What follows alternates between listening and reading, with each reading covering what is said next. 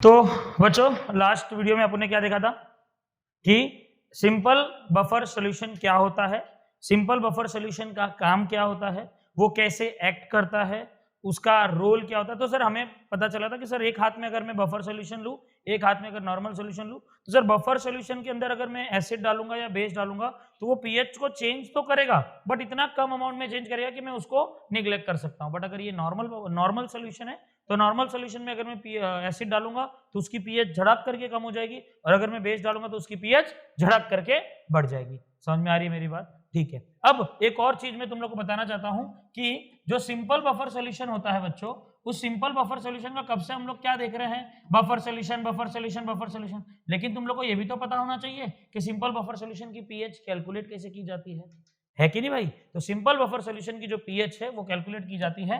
भैया ये क्या था सिंपल बफर सॉल्यूशन? बोले सर ये weak acid weak base type के सॉल्ट का एक्वस सॉल्यूशन था। इसकी पीएच हम लोग ने नहीं पढ़ रखी है क्या?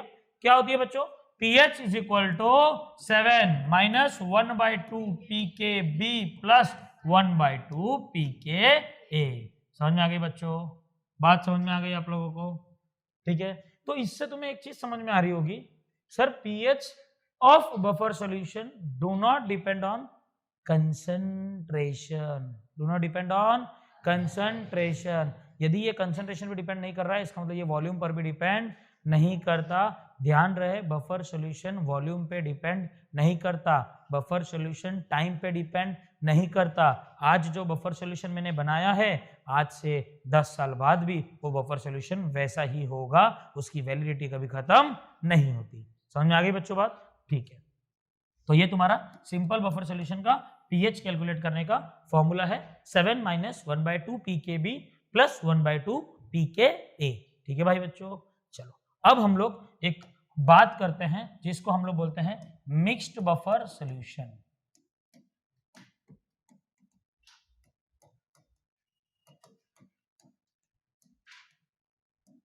मिक्स्ड बफर सॉल्यूशन जैसे कि हमारे पास दो टाइप के होते हैं, एक होता है एसिडिक बफर सॉल्यूशन और एक होता है बेसिक बफर सॉल्यूशन।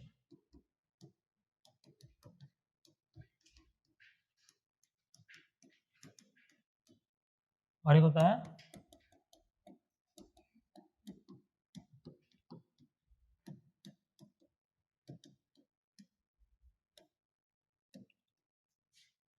ठीक है बच्चों। तो हम लोग सबसे पहले बात करने जा रहे हैं एसिडिक बफर सॉल्यूशन की।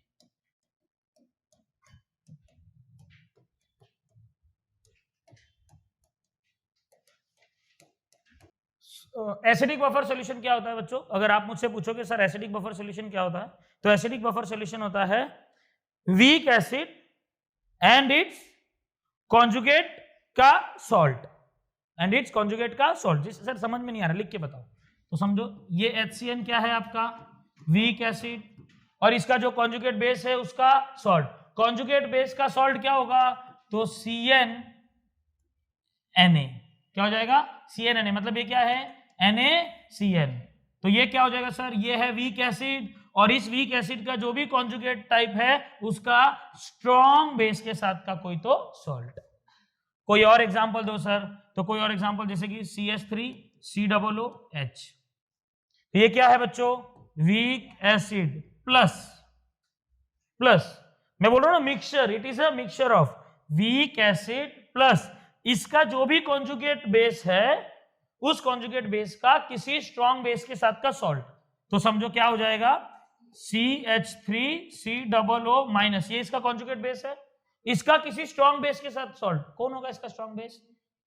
NaOH हो सकता है या K हो सकता है। तो CH3COO K। क्या KOH भी क्या एक तरह से स्ट्रॉन्ग बेस है कि नहीं? तो मैं कुल मिला के ऐसे बोल सकता हूं it is a mixture of weak acid and weak acid strong base का सॉल्ट। बोल सकता हूं ऐसा? अभी देख लो weak acid and weak acid strong base का salt, weak acid and weak acid strong base का सॉल्ट। समझ में आ रही बात मेरी? देखो H2S ये क्या है? वीक एसिड और इसका strong week acid strong base का सॉल्ट। कोई बता दो मुझे क्या हो सकता है? Na2S हो सकता है। ये क्या है? वीक एसिड स्ट्रॉन्ग बेस का सॉल्ट। तो sir what is acidic buffer solution? Acidic buffer solution is weak acid plus week acid strong base का सॉल्ट। ये होता है एसिडिक बफर सॉल्यूशन। समझ में आई बात मेरी? अब ये एसिडिक बफर सॉल्यूशन पता चल चुका है हमें। अब इसकी हम बात करते हैं कि ये कैसे एक्ट करता है या इसका क्या रोल होता है। एक बार जरा ध्यान से इसका चाहो तो आप लोग स्क्रीनशॉट ले सकते हो। अल्टीमेटली आपको यही याद रखना है कि एसिडिक बफर सॉल्यूशन होता है weak acid plus week acid strong base का सॉल्ट। कुछ एग्जांपल्स मैंने लिखे हैं, HCN, NaCN, CH3COOH, CH3COOK, H2S, Na2S। ठीक है भाई, चलो आ जाओ। अब ये कैसे काम करता है मुझे बताओ। ये मिक्सचर है किसका किसका? एक तो वीक एसिड, फॉर एग्जांपल के तौर पे मैं ले रहा हूं यहाँ पे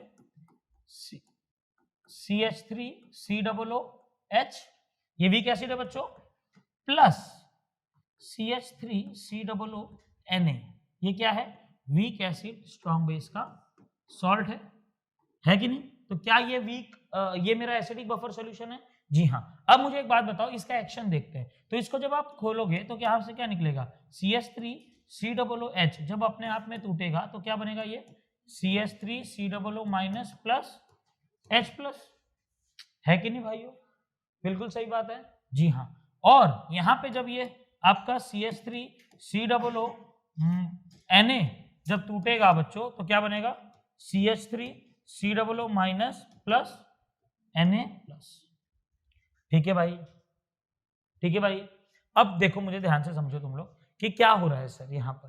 तो मुझे यहाँ पे समझ में आ रहा है सर, एक तो मेरे पास CH3COOH है जो कि ये क्या है? मेरा वीक एसिड है कि नहीं? और यहाँ पर मेरा इससे CH3COO माइनस मिल रहा है जो कि मेरा क्या है?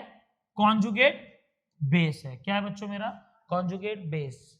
और कोई भी बफर सॉल्यूशन सर आप जब पढ़ाते हो या हम पढ़ते हैं उसके अंदर आपने एक ही चीज तो बोला है, एक होना चाहिए एसिड का कंपोनेंट, एक होना चाहिए बेस का कंपोनेंट। क्या यहाँ पे एसिड का कंपोनेंट CH3COOH है? जी हाँ। क्या यहाँ पे बेस का कंपोनेंट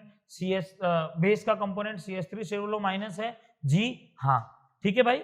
अब मुझे एक बात बताओ, जैसे ही मैंने इसके अंदर क्या डाला? H प्लस, तो अगर मैं यहाँ पे H प्लस डालूंगा तो ये क्या है? एसिड।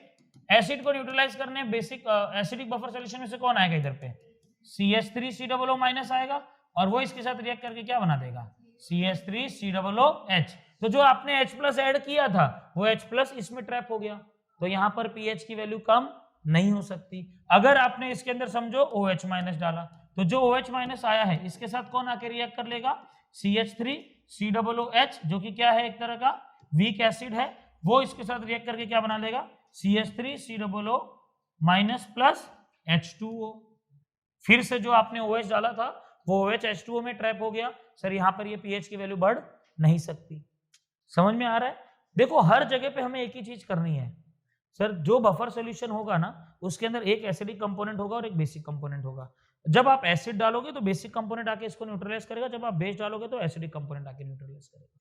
समझ में आ रही है मेरी बात? अरे क्या मेरी बात समझ में आ रही है? तो ये आपका एसिडिक बफर सॉल्यूशन है। और ये एसिडिक बफर सॉल्यूशन के अंदर आपको मैं क्या समझा रहा हूं? इसका वर्किंग, कि एसिडिक बफर सॉल्यूशन ये क्या है? अल्टीमेटली हम लोग क्या बात कर रहे हैं? अच्छा, अभी ना किसी बच्चों के दिमाग में ना एक डाउट आता है, सारे मतलब बहुत सारे बच्चों के दिमाग में एक डाउट आता है। बच्चा आके मुझसे कहता है सर आपको किस चीज की जरूरत है बफर सॉल्यूशन बनाने के लिए? बोला मेरे को एक तो एसिड की जरूरत है और एक बेस की जरूरत है। तो फिर यहाँ पे मेरे को समझ में आता है कि सर CH3COOH जो है, ठीक है, ये यहां से क्या देगा बच्चों? CH3COO minus plus H plus देगा, है कि नहीं? सर ये क्या है? Weak acid. सर ये क्या है? कॉन्जुगेट बेस, है कि नहीं? तो सर एक एसिड है, एक कॉन्जुगेट बेस है, तो सर आपको क्या जरूरत पड़ी थी CH3COO Na लेने की? ये आपने क्यों लिया सर? ये आपने क्यों लिया? ये दिमाग में आपके क्वेश्चन मार्क आ रहा है? सर आपको जरूरत था एक एसिड का और एक बेस का। सर आप वीक एसिड को अगर आप लोगे तो उसमें भी तो एक एसिड है और एक कॉन्जुगेट बेस है कि नहीं भाई? तो सर आपने ये क्यों लिया? CH3COO Na आपने क्यों लिया? ये आपने इसीलिए लिया ना ताकि इसमें से आपको क्या मिल सके? CH3COO माइनस मिल सके। तो आपको इधर से भी तो मिल रहा था, ये दिमाग में क्वेश्चन आता है। बच्चों मुझे एक बात बताना, एसिड तो यहाँ पर है, मुझे बात बताना ये जो एसिड है आपका ये क्या है, वीक एसिड। तो इसका मतलब ये है कि अगर मैं इसका 100 एसिड लूंगा तो CH3COO- कितना मिलेगा, 5। सभी बच्चे मेरे साथ हैं? अगर मैं 100 एसिड लूंगा तो उसमें से 5 ये मिलेगा और ये कितना बचेगा, 95। अब मुझे देख के बताओ यहाँ पे नाइंसाफी हो रही है कि नहीं, कि एसिड है 95 और बेस है 5, तो इसका मतलब ये 95 95 OH माइनस जब तक डालूंगा तब तक तो ये एसिड जाके उधर 95 OH माइनस को कंपनसेट कर सकता है, और बेस कितना है यहाँ पर सिर्फ CH3COO-5, तो ये सिर्फ 5H+ को ही कंपनसेट कर सकता है। तो इसका मतलब सर मुझे ये समझ में आ रहा है कि ये वाला अगर मैं ये नहीं लूं ना सर, तो ये जो सिर्फ ऊपर वाला है ना, ये मुझे ऐसा लग रहा है कि ये बेस को ज्यादा रेजिस्ट कर पाएगा, एसिड को नहीं रेजिस्ट कर पाएगा। समझ में आ रही मेरी बात? सर ये मैंने सिर्फ इसलिए लिया है क्योंकि ये तो भाई स्ट्रॉन्ग इलेक्ट्रोलाइट है ना, salt is always a strong electrolyte. Salt में तो कोई भले ही ये वीक एसिड स्ट्रॉन्ग बेस का सॉल्ट है, बट सर सॉल्ट में तो हम ये चीज देखते ही नहीं है ना कि वो वीक एसिड का है, स्ट्रॉन्ग एसिड है, किसका। सॉल्ट तो एकदम स्ट्रॉन्ग इलेक्ट्रोलाइट होता है। तो अगर मैं यहाँ पे इसका 100 लूंगा बच्चों, तो ये देगा भी कितना, CH3COO- 100 देगा। समझ में आ रही बात? हमने क्यों सॉल्ट लिया उसका। कई बच्चा बोलता है कि सर आप सॉल्ट अगर नहीं लो तो आपके पास यहां पर भी तो एक एसिड और एक बेस है बच्चे, लेकिन ये वीक एसिड है, और अगर ये वीक एसिड है तो वीक एसिड जो है वो बहुत कम डिसोशिएट होता है। तो अगर मैं 100 एसिड लूंगा ना तो बच्चे 5 मेरे को CH3COO- मिलेंगे। और बफर सोल्यूशन का कभी भी ये रोल नहीं होता है कि मैं H+ को ज्यादा चेंज को रेजिस्ट करूंगा, मैं OH को कम करूंगा, या मैं OH को ज्यादा करूंगा और H+ को। बफर सोल्यूशन तो जितना H+ को रेजिस्ट करता है उतना ही OH को रेजिस्ट करता है, तभी एक वो अच्छा बफर कहलाता है। समझ में आई बच्चों बात? तो हमने क्यों ये सॉल्ट लिया उसका समझ में आया, क्योंकि सर जितना एसिड है उतना ही मेरे को क्या मिल जाए, CH3COO- मिल जाए। समझ में आ गई बात? पक्की बात? ये दिमाग में क्वेश्चन तो नहीं आएगा अभी कि सर आपको CH देखो ना, क्योंकि जब मैं यहाँ पे लिख रहा था ना, तो यहाँ पे लिखते समय ना बच्चे के दिमाग में डाउट आ जाता है, सर यहाँ पे वीक एसिड तो था ही, और ये जो कॉन्जुगेट बेस आप इससे ले रहे हो ना वो आपको यहाँ पे तो मिल रहा है, तो आपने इसको क्यों लिया। मैंने इसको सिर्फ इसलिए लिया क्योंकि ये एक वीक एसिड है और वीक एसिड बहुत कम डिसोशिएट होता है, तो आपको ये अगर 100 लिया तो आपने ये 5 ही मिलेगा। तो आपको यूं समझ में आएगा कि सर ये वाला अगर है ना एसिड बेस को तो बहुत तगड़े तरीके से रेजिस्ट कर रहा है बट एसिड को रेजिस्ट ही नहीं कर रहा है। और बफर सोल्यूशन कभी भी भेदभाव करना नहीं जानता है, वो जितना H+ को रेजिस्ट करता है उतना ही वो OH- को भी रेजिस्ट करेगा। समझ में आ रही है मेरी बात? पक्की बात? आगे बढ़ूं?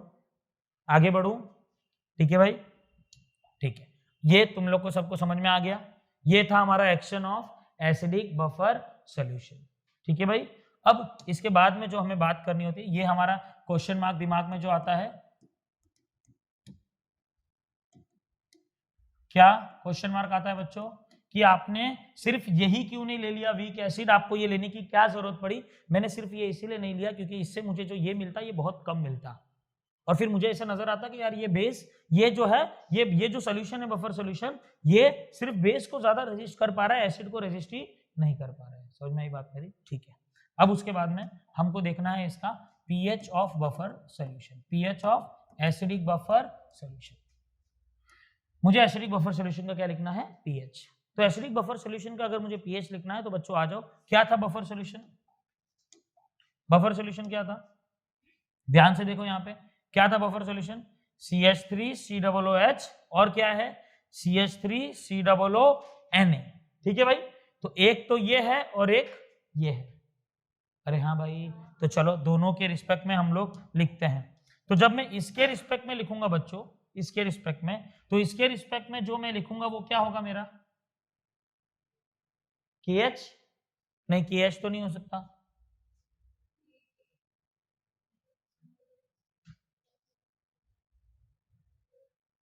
क्या होगा, KA होगा, ये K होगा या ऊपर वाला K होगा, ऊपर वाला KA होगा ना, और ऊपर वाला यदि KA होगा तो ये KH होगा, बट मुझे इससे लेने देना है क्या? क्या लगता है आपको, इससे लेने देना है? चलो एक काम करते हैं, आ जाओ आगे बढ़ते हैं, मैं करके देखता हूं बच्चों, देखते हैं, चलो आ जाओ। यहां पे मुझे pH of acidic buffer solution लिखना है। जब मैं pH of acidic buffer solution लिखूंगा, मुझे बताओ मुझे क्या याद आ रहा है कि सर CH3COOH, ये मेरे पास वीक एसिड था, ये वीक एसिड बच्चों क्या होगा, तो डिसोशिएट होगा किसमें, CH3COO minus plus H plus में। ठीक है भाई, ओके। अच्छा, इसका कंसंट्रेशन मैं बोलता हूं, समझो फॉर एग्जांपल C है, कितना कंसंट्रेशन इसका, इसका कंसंट्रेशन समझो C है, तो अगर इसका कंसंट्रेशन C है तो शुरुआत में इसका कितना होगा, 0 0। अब एट इक्विलिब्रियम क्या ये C माइनस C अल्फा हो जाएगा बच्चों, और ये C अल्फा और ये भी C अल्फा, है कि नहीं? बट क्या एसिडिक बफर सॉल्यूशन सिर्फ यही है क्या?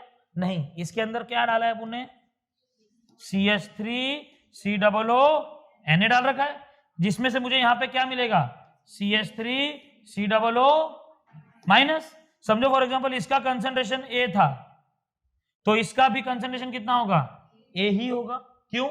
क्योंकि सर स्ट्रॉन्ग इलेक्ट्रोलाइट है, स्ट्रॉन्ग इलेक्ट्रोलाइट जितना अपना खुद का होता है उतना ही ये भी देता है। समझ में आई बात मेरी? ठीक है भाई, हाँ। तो ये देखो, ये तुम्हारा ये है, तो ये CH3COO माइनस आपको क्या लग रहा है, जहां के यहां पर कॉमन आयन इफेक्ट की तरह बिहेव करेगा कि नहीं करेगा, करेगा कि नहीं करेगा? और जैसे ही यहां पर आके A ऐड हो जाएगा, A के ऐड होते ही अब ये अल्फा रहेगा या अल्फा डैश बन जाएगा? क्यों अल्फा डैश बन गया? क्योंकि सर आपने हमें समझाया था जब भी कॉमन आयन इफेक्ट होता है तो अल्फा की वैल्यू चेंज होती है, और चेंज होती है ये तो सर सब लोग बोलते हैं चेंज होती है। आप बताओ मुझे, कॉमन आयन इफेक्ट में अल्फा की वैल्यू कम होती है कि बढ़ती है? कम होती है। क्या होती है बच्चों? कम होती है। तो जो अल्फा डैश हो चुका है आज, वो क्या हो जाएगा, कम हो जाएगा। और इधर पे अगर मेरे को लिखना पड़े तो मैं क्या लिखूंगा, के ए इज इक्वल टू, क्या लिखूंगा बच्चों, सी नहीं, यहां से देख लेते हैं, के क्या हो जाएगा बच्चों, H plus into CH3COO minus upon CH3COOH। क्या सभी मेरे साथ है? हाँ। इसका आगे वाला मैं नेक्स्ट स्लाइड में बता रहा हूं बच्चों। मैंने यहां पे पीछे देखो के लिखा था, क्या लिखा था, CH3COO minus H plus upon CH3COOH, ये मैंने पिछले स्लाइड में लिखा था। अब मुझे क्या पीएच कैलकुलेट करना है ना बच्चों, पीएच के लिए मुझे किसकी जरूरत है, H प्लस की। तो क्या H प्लस एक साइड रखूं, बाकी सब दूसरी तरफ। तो यहाँ पे क्या आ जाएगा, H plus is equal to KA into CH3COOH upon CH3COO minus, taking negative log on both the sides. तो मैं यहाँ पे दोनों तरफ नेगेटिव लॉग ले लेता हूँ, taking negative log on both sides. तो जब मैं दोनों साइड नेगेटिव लॉग लूंगा तो यहाँ पे क्या हो जाएगा, minus log of H plus, और यहाँ पे क्या हो जाएगा, minus log of KA into CH3COOH upon CH3COO minus. मुझे बताओ बच्चों में ये KA लिखा है ना, KA में ये सारी जितने भी कंसंट्रेशन होगी, ये किसकी कंसंट्रेशन होगी, इक्विलिब्रियम की कंसंट्रेशन होगी ना भाई। अरे भैया ये सारी चीजें किसकी कंसंट्रेशन होगी, इक्विलिब्रियम की ना, क्योंकि आप क्या लिख रहे हो, KA लिख रहे थे, और KA मतलब ये इक्विलिब्रियम पे डिफाइन किया गया है, और यहाँ पे सारी कंसंट्रेशन कौन सी ली गई है, इक्विलिब्रियम की। तो यहाँ पे आपने जैसे ही दोनों तरफ लॉग लिया तो minus log of H plus कितना हो जाता है, PH। तो बच्चों यहाँ से क्या हो जाएगा, देखो ध्यान से, ये हो जाएगा आपका PH, और यहाँ पर ये माइनस लॉग इस KA को भी जाएगा, तो क्या हो जाएगा बच्चों, minus log of PK minus,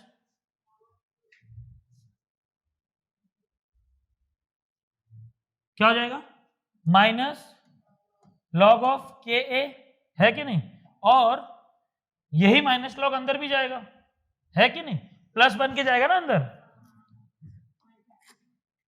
तो हो जाएगा minus log of CH3COOH upon CH3COO minus. समझ में आ गई बात मेरी? अब मुझे बताओ माइनस लॉग ऑफ K क्या होता है, PKA। तो PH इज इक्वल टू क्या हो जाएगा, PKA। इस माइनस को यदि मैं प्लस कर दूं तो ये लॉग उल्टा हो जाएगा, तो ये क्या हो जाएगा, log of CH3COO minus upon CH3COOH। ठीक है, कौन सी कंसंट्रेशन है ये? इक्विलिब्रियम की कंसंट्रेशन है। किसकी कंसंट्रेशन है बच्चों? ये इक्विलिब्रियम की। तो बच्चों ये तो क्या आया है? ये तो CH3COOH के रिस्पेक्ट में आया ना, तो इसका मैं जनरल फॉर्म लिख दूं। तो इसका जनरल फॉर्म क्या होगा बच्चों? देखते हैं। pH is equal to pKa plus log of क्या आ जाएगा? Concentration of conjugate base upon weak acid का कंसंट्रेशन एट इक्विलिब्रियम। अब बच्चों इसमें ना मैं एक चीज और ऐड करूंगा, बट अभी फिलहाल के तुम लोग इसको ये लिख लो, ध्यान से समझ लेना। मैं एक एक चीज वापस से बता देता हूं आपको।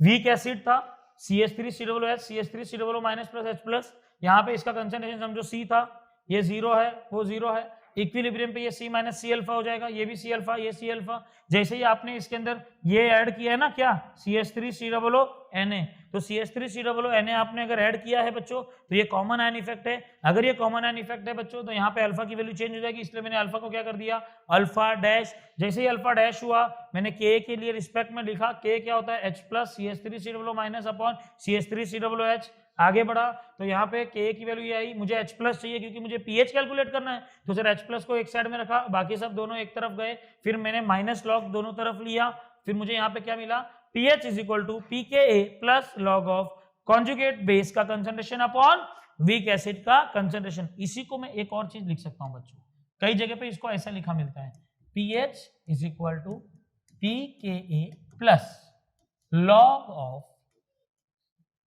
सॉल्ट का इनिशियल कंसंट्रेशन अपॉन एसिड का इनिशियल कंसंट्रेशन।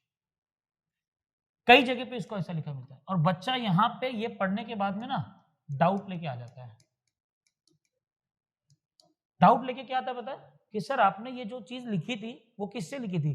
K से लिखी थी, और K के अंदर तो इक्विलिब्रियम कंसंट्रेशन होता है ना, तो सर आपकी हिम्मत कैसे हुई? आपने यहाँ पे इनिशियल कंसंट्रेशन लिख दिया सॉल्ट का, और इनिशियल कंसंट्रेशन लिख दिया आपने किसका? एसिड का। इक्विलिब्रियम की कंसंट्रेशन और क्या इनिशियल कंसंट्रेशन सेम है? नहीं बच्चे, लेकिन मैं तुझे बताना चाहता हूं कि यहां पर इस केस में सेम आ रही है। कैसे? आजा मेरे साथ दे तू, मुझे बता। यहां पे चल, यहां पे इसकी इक्विलिब्रियम CH3COO माइनस की इक्विलिब्रियम कंसंट्रेशन कितनी होगी?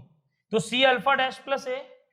अब मुझे एक बात बता, जैसे ही तेरा ये कॉमन आयन इफेक्ट है, तो जैसे ही CH3COOH तूने ऐड किया, सॉल्ट तूने ऐड किया, तो सॉल्ट ऐड करते ही तेरी ये रिएक्शन पीछे की तरफ शिफ्ट हो जाएगी।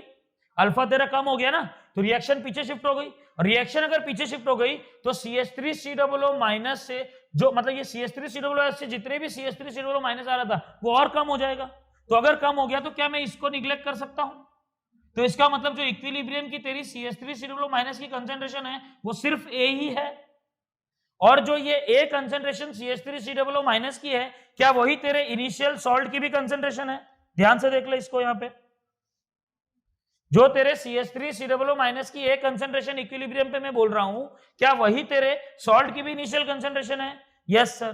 तो क्या मैं equilibrium concentration of CH3COO minus के जगह पे मैं ऐसा बोल सकता हूं कि सॉल्ट की इनिशियल कंसंट्रेशन बोल सकता हूं? क्या तेरे सामने है कोई भी चीज, तू ऐसे मत कर कि भाई मेरे को समझ में आ गया सर, नहीं नहीं, बोल तू भाई CH3COO माइनस का इक्विलिब्रियम कंसंट्रेशन तुम सबके हिसाब से तो होना चाहिए C alpha dash plus A, but क्योंकि सर आपको पता है कॉमन आयन इफेक्ट है, कॉमन आयन इफेक्ट का मतलब होता है यहाँ पे अल्फा की वैल्यू कम हो गई है, अल्फा की वैल्यू कम हो गई है, मतलब सर CH3COOH से जितने भी CH3COO माइनस आ रहे थे ना वो अब और कम हो चुके हैं, तो सर इस CH3COO माइनस के कंपैरिजन में उसको मैं क्या कर दिया? निग्लेक्ट। तो बचा क्या? सिर्फ A बचा यहाँ पे, है कि नहीं? और ये A ही क्या तेरा इनिशियल कंसंट्रेशन ऑफ सॉल्ट है, तो इसका मतलब मैं क्या बोल सकता हूं? कॉन्जुगेट बेस का जो भी कंसंट्रेशन होगा वो इनिशियल कंसंट्रेशन ऑफ सॉल्ट होगा। बोल सकता हूं कि नहीं बोल सकता हूं? यस सर आप बोल सकते हो। दूसरी बात बता मुझे, वहां पर तेरा एसिड का कंसंट्रेशन लिखा था ना अपन ने, एसिड का कंसंट्रेशन क्या था? CH3COOH। ये इक्विलिब्रियम पे क्या है? C minus C alpha dash. But मुझे एक बात बता, यहां से अगर मैं C को कॉमन लूं तो यहां पे क्या हो जाएगा? 1 माइनस अल्फा डैश, और क्या अल्फा डैश को तुम निग्लेक्ट कर दोगे? अगर अल्फा डैश निग्लेक्ट हो गया तो तेरा इक्विलिब्रियम कंसंट्रेशन क्या हो जाएगा? C हो जाएगा, और ये जो तेरा इक्विलिब्रियम कंसंट्रेशन C है, क्या वही तेरा इनिशियल कंसंट्रेशन है कि नहीं? तो कोई भी चीज हम मन मर्जी से नहीं कर रहे हैं, हमने यहाँ पे देखा कि sir equilibrium concentration of acid तो C minus C alpha dash था, C को मैंने कॉमन लिया, अल्फा पहले से कम था, कॉमन आयन इफेक्ट की वजह से और कम हो गया, तो मैंने उसको निग्लेक्ट कर दिया। तो अगर मैंने उसको निग्लेक्ट किया तो यहाँ पे क्या बचा, सिर्फ C, और ये C तो मेरा इनिशियल कंसंट्रेशन था सर। तो क्या मैं इक्विलिब्रियम कंसंट्रेशन ऑफ CH3COOH को मैं इनिशियल कंसंट्रेशन ऑफ CH3COOH से इक्वेट कर सकता हूं? Yes sir. क्या मैं equilibrium concentration of conjugate base को जो कि C alpha dash plus A है, उसको मैं C अल्फा डैश को निग्लेक्ट करके A मान के उसको इनिशियल कंसंट्रेशन ऑफ सॉल्ट के इक्वेट कर सकता हूं? Yes sir. तो इसीलिए जो हमारी फाइनल इक्वेशन बनी बच्चों, उसमें मैंने देखो क्या लिख दिया है, pH is equal to pK plus log of salt का इनिशियल कंसंट्रेशन अपॉन एसिड का इनिशियल कंसंट्रेशन, और इसी को हम क्या कहते हैं, हेंडरसन इक्वेशन। क्या कहते हैं बच्चों, इसी को हम लोग हेंडरसन इक्वेशन। समझ में आई बात? पक्की बात? अरे भाई समझ में आ रही है? ठीक है भाई।